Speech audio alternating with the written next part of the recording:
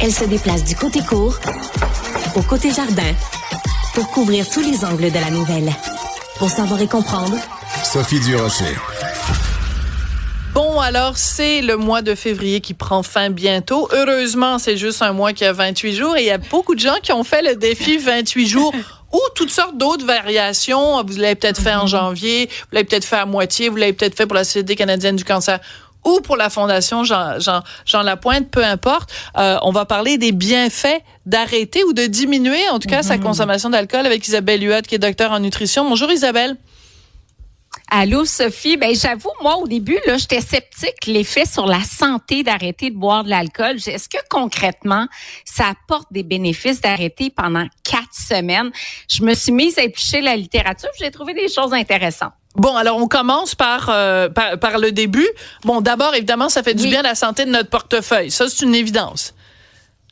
Ben oui, parce que, regarde, si tu calcules 2 bouteilles de vin, un couple, par exemple, par semaine, on peut étudier un vin entre 20 et 25 $. On économise facilement entre 160 et 200 $ par mois, donc durant le mois de février. Et là, tu te dis, ben avec ça, je peux acheter un cours de cuisine santé, je peux aller faire 2 belles journées de ski alpin, je peux acheter un air fryer.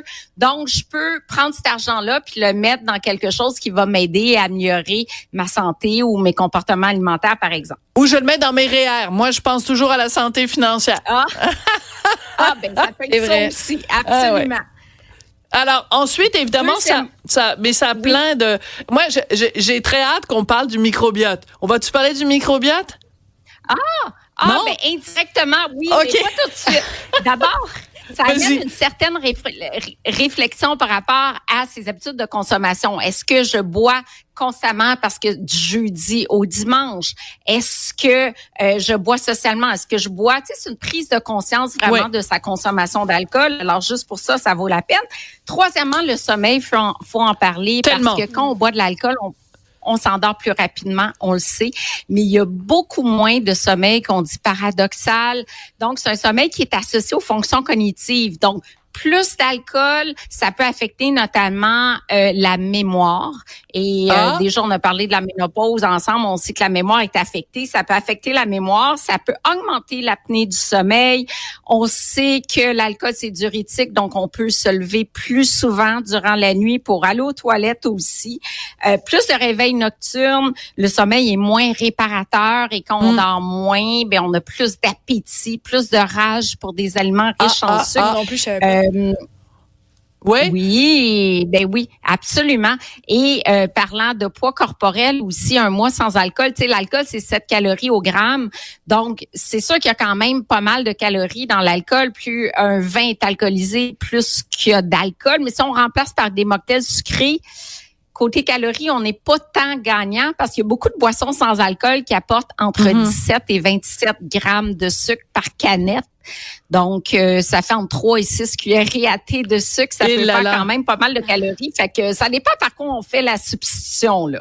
Mais tu m'as envoyé la liste ce matin de tous les bienfaits et je t'avoue qu'il y en a 2, moi, personnellement, qui viennent me chercher parce que je l'ai expérimenté. Premièrement, la peau est vraiment plus belle. Vraiment plus belle. Vraiment. Et si vous le faites plus qu'un mois, on voit vraiment la différence. La peau est beaucoup plus hydratée parce que l'alcool veut pas, ça assèche, ça déshydrate. Mais j'ai une question là-dessus, Isabelle, parce que justement, tu sais, je pense qu'il y a beaucoup de gens qui peuvent se dire, OK, pour la peau, c'est vrai, mais mettons qu'on boit un verre une fois de temps en temps la semaine. Mettons une fois par semaine, on boit. Mettons 4-5 consommations de soirée. Non. Est-ce que ça a vraiment un impact sur la peau d'arrêter ça complètement? Ben, si c'est 4-5 consommations dans une soirée, c'est ce qu'on appelle presque une consommation binge drinking là, dans les études. Donc, ça peut amener des rougeurs, de l'inflammation, augmentation des marqueurs inflammatoires. Oui, mais si on dit je prends 2 verres de vin dans ma semaine en mangeant, ben c'est sûr que c'est pas le même impact. Le pire impact de l'alcool, c'est quand on a une consommation abusive un soir versus on prend un verre de vin rouge en mangeant 2 soirs dans la semaine. Ça, il y en a pas de problème. Je pense que Cybèle, elle demande pour une amie, hein, elle, c'est pas son cas. Elle demande vraiment pour une amie. Absolument pas, là.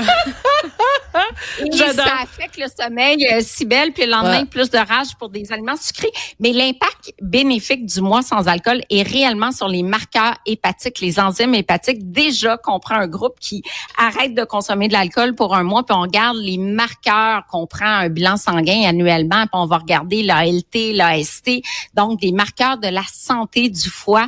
Il y a une chute considérable de ces marqueurs-là. Il y a également une chute de la tension artérielle.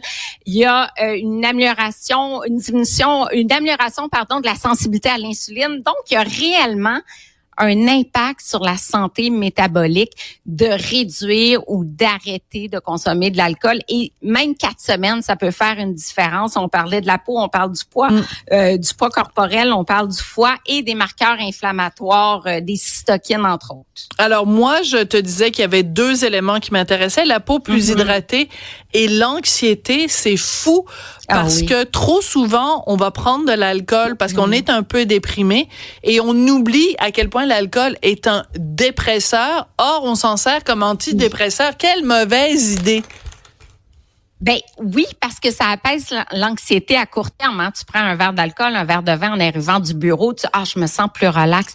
À long terme, ça va vraiment augmenter les symptômes, augmenter l'hyperactivité cérébrale. Donc, souvent, même durant la nuit, avec les réveils nocturnes, c'est là que l'anxiété arrive et c'est là où c'est le petit hamster dans la tête, des pensées récurrentes, des pensées qui sont souvent négatives, des crises d'angoisse.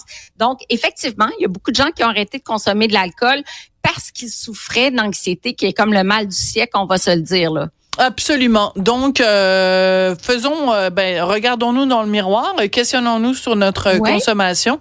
Puis, qu'est-ce qui dit que ça doit être juste au mois de février? C'est une réflexion qu'on peut faire au mois de mars, en plein milieu du mois de juillet, en novembre. C'est pas comme s'il y avait des obligations. Merci beaucoup pour ces réflexions sur la santé. Merci. Et Cybèle, elle continue à prendre des notes, mais pas pour elle, pour une amie. Pour une amie, merci. À demain. C'est bon, merci Louis. Une autre vision.